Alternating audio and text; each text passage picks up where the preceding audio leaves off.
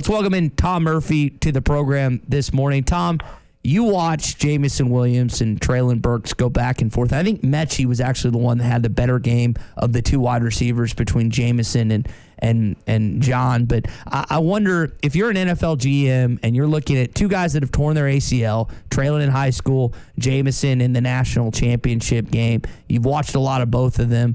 Who would you draft over the other? Hey, Ty. Good morning.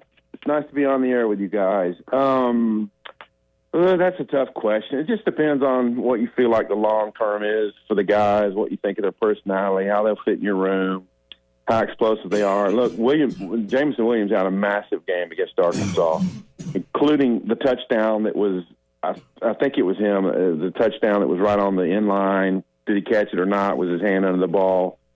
Because that took a long review. And then, of course, they had the review of the Rocket Sanders touchdown on the other end zone. It just who filled my needs. Look, the Falcons are in the market for a wide receiver, and a lot of people have them taking one at pick number 8. I'd love to see Treylon Burks go to the Atlanta Falcons. I think he and Kyle Pitts would be a massive combo. But I see more people giving the Falcons Garrett Wilson out of Ohio State in that slot. And he's 5'11". I'd rather have a tall guy. And so it was nice this morning to wake up and see Daniel Jeremiah's latest mock have us taking Jamison Williams at number 8. He's coming off the ACL, and I don't know if he's going to be ready. I think teams will have to be patient with him. So maybe the Falcons aren't a contender this year. Boy, I'm going on and on. I love them both. I think both of them are going to be star NFL players. Well, that was one of the questions I was going to ask you about your Atlanta Falcons, and you just answered it for me. So kind of moving on from that, with you, I know you're a Falcons fan and you're an NFL fan, so you watched the draft. Tom, in your opinion, how many do you think Arkansas fans that don't normally watch the draft tonight will tune in specifically just to see where Treylon Burks goes?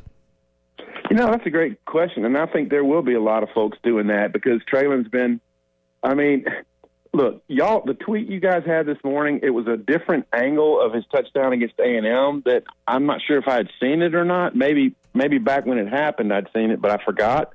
It was a field view angle from down on the sideline where he scored, and there's a referee trying to keep up with him and the A&M DB, and, of course, Treylon smokes the guy, but that shows his speed, that he caught the ball and he still wasn't on stride. He was stumbling a little, and I remember thinking in my head, oh, he might fall, but he didn't.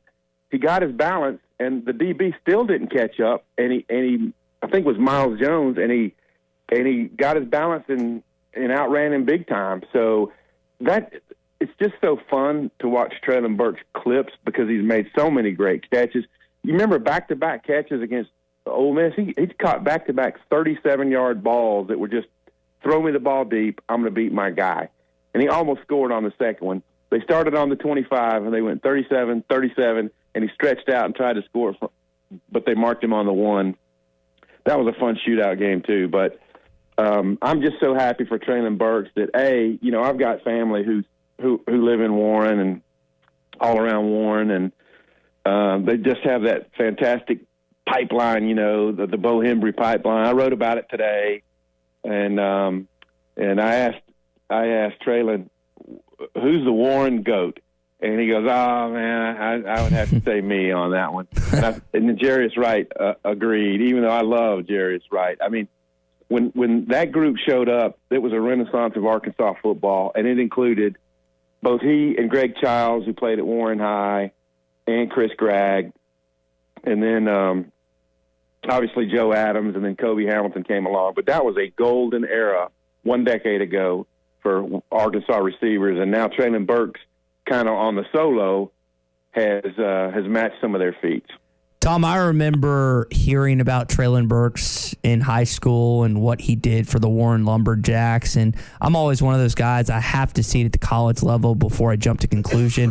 What stood out to me, he had a solid A&M game, but when KJ came in against Mississippi State 2 years ago, they scored in 3 plays. KJ had a long run. He threw a deep fade route to Burks, and Burks just went up and and jumped over the Mississippi State defender and caught it near the 1 or 2 yard line. I knew right then and there that Arkansas had something special. When did you know that it's like, man, this guy's going to play on Sundays? Well, it's interesting you asked that. There were times. I think some of his punt returns in his freshman year when, amazingly, and here's a stat for all time, he didn't score a touchdown in his freshman year. You have a talent like him with a huge hands that you could throw jump balls to in the red zone. And you think back to that season, they have the ball laid against both A&M and Kentucky with a chance to win the game, and a ball is not thrown to Treylon Burks in the end zone. Anyway, maybe some of his punt returns when he'd catch it over his head like he did, and try to get to the edge. And I thought for sure he'd break one of those and score a touchdown that year. But he just. And I had been hearing about him for years and years because some of my kinfolk were saying, "Oh, Warren's got a receiver. Wait till you see this kid," and it was him. We're talking with Tom Murphy, Whole Hog Sports, Arkansas Democrat-Gazette this morning. Tom, you've yet to give your opinion on this program about Mark Emmert, who announced earlier this week that he and the NCAA will mutually agree to part ways as of June the 30th, 2023. Your thoughts on his tenure and what the NCAA needs to do moving forward with the changing of collegiate athletics?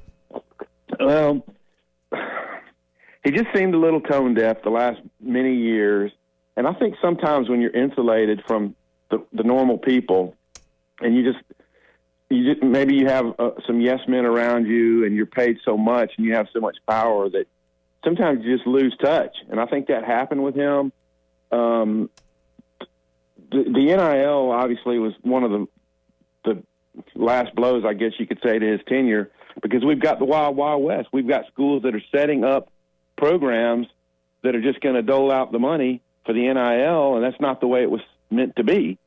And so I would say that near chaos has infiltrated the NCAA now, and their fecklessness at trying to implement NIL. I mean, they fought it until it lost in the courts or won in the courts for the players, and now we've got a bit of chaos on our hands. And I think what you hear from national folks who write about this more often is that eventually maybe the super conferences are going to govern themselves somehow.